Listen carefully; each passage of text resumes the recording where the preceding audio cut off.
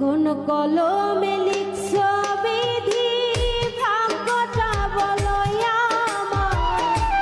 আমার সুখ লেখার কালি ছিল না বুঝি তোমার।